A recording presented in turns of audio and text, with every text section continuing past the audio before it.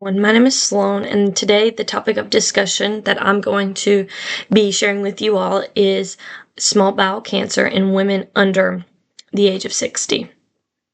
So, when getting a diagnosis or finding out that this is something that you may have, a lot of people are concerned about percentages and the survival rate. So, what I have found is that it is a semi-survivable cancer. It is ranging between 22 and 57% survival rate, and it makes up only 2.3% of cancers. The percentage of people that are affected in the U.S. by small bowel cancer, women specifically, is less than 0.06%.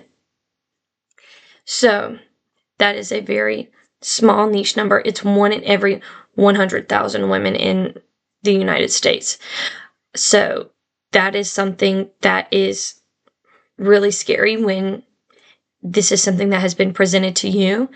I myself have a family member, my mother, who has been affected by this. She got diagnosed at the age of 49. And she is now 52. So we just have gone on with this, and that's the reason I chose this topic, was because I felt like it was something I knew a little bit about and wanted to know a little bit more about. So there are some symptoms that come along with having small bowel cancer, and they're kind of like your everyday, just stomach bug feelings, except for one.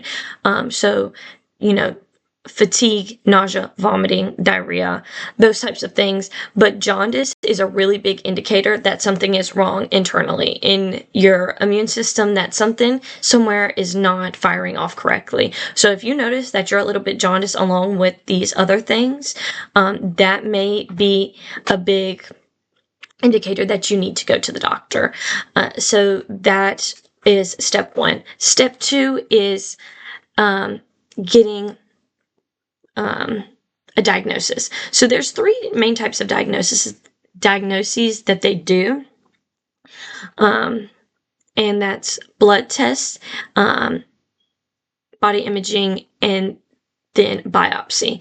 So the first two are not as definitive as the third one. So biopsy is going to be the one that is the most concrete. So they take a sample. They cut out a sample of your intestine or whatever the case may be and send it off to have it checked and see if your cancer numbers are elevated. So the way that they do that is they send it and basically take little test tubes on different types of your intestine, check your, bowel intake in those areas, and they're also going to look under a microscope at these little pieces of intestine that they take out. And that's the most definitive way to get an answer. Hey, yes, this is what you have, or hey, no, we need to regroup.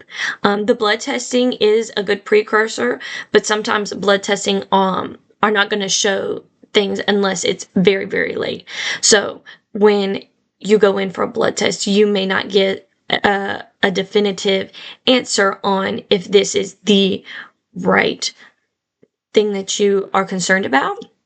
And then the imaging, the body imaging, CT, CAT scan, MRI, those type of things, depending on where you have it, it depends on what the imaging is.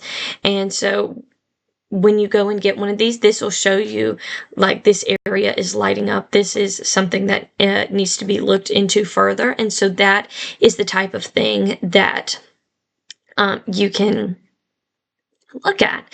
So yeah, that's a really big indicator. But always, I would say 9 times out of 10, oncologists prefer to do the biopsy. Final thing is treatments. Treatments include chemo and radiation, and there's different forms of that. So in chemo, you can get a port or a PICC line. A PICC line is something that goes straight into one of the valves in your heart and pumps the medicine, the medication that and the dosage into your direct bloodstream.